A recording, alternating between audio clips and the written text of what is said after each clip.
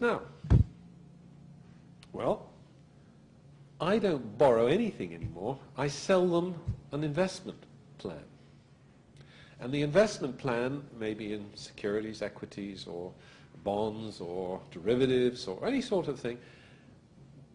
And it might be sitting in Singapore, or it could be sitting in Poland, or it could be sitting in Latin America, or New York, or wherever. So I am simply an intermediary that takes the money from you and gives it to Singapore or whatever, and you in Singapore will take that money and invest it on behalf of my client, and I just get a commission. In terms of my loans that I do, I still make some loans, but more and more I might be doing, for example, consumer credit, in which case I don't loan you the money. I go to the retailer and say, whenever somebody needs it, you simply ring me up, give me this information, maybe electronically, and I will say on the spot, yes or no, you can loan some money to that person. So I give consumer credit to the merchant. Or I will help a local company, instead of loaning him some money, I will help him to issue bonds which will be sold in the international markets. Or I will help him to raise equity funding on the stock market. And that stock market could be in Milan. Remember, you're an Italian, say a small and medium business, so that could be in Milan. Or it could be in London. Or it could be New York, or wherever. And I could, as a bank, if I wanted to, have a call center or a mortgage processing administration unit sitting, as one of the major Italian banks does, in Eastern Europe.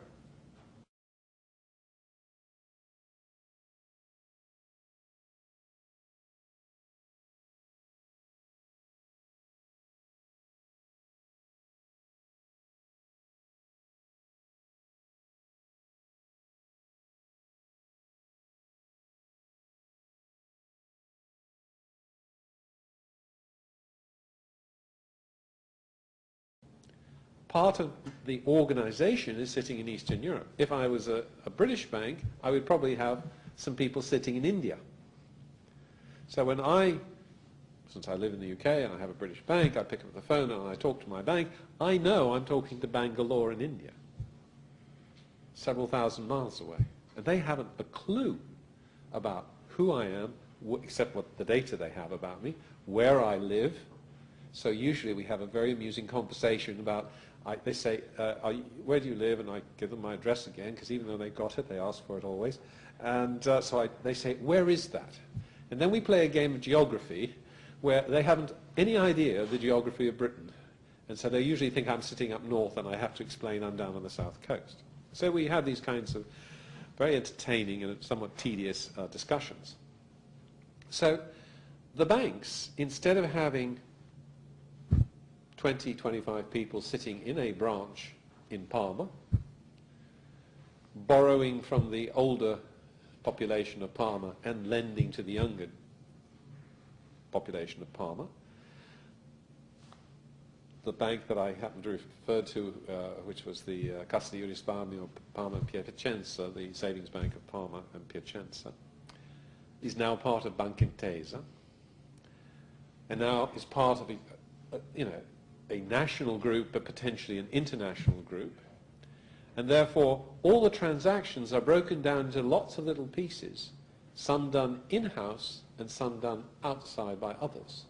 And you have to now control this amazing complexity.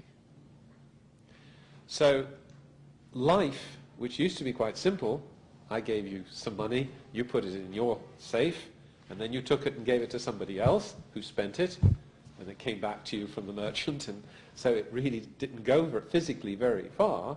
Now, to do quite simple things, you may be going to Singapore. When I was Chief Technology Officer for the bond markets, which was Euro MTS, which is part of the Italian MTS group. And we had computer systems which were in Canada, which were supported overnight by people in Singapore, and if I had a problem, I could be talking to anyone on the planet to solve it.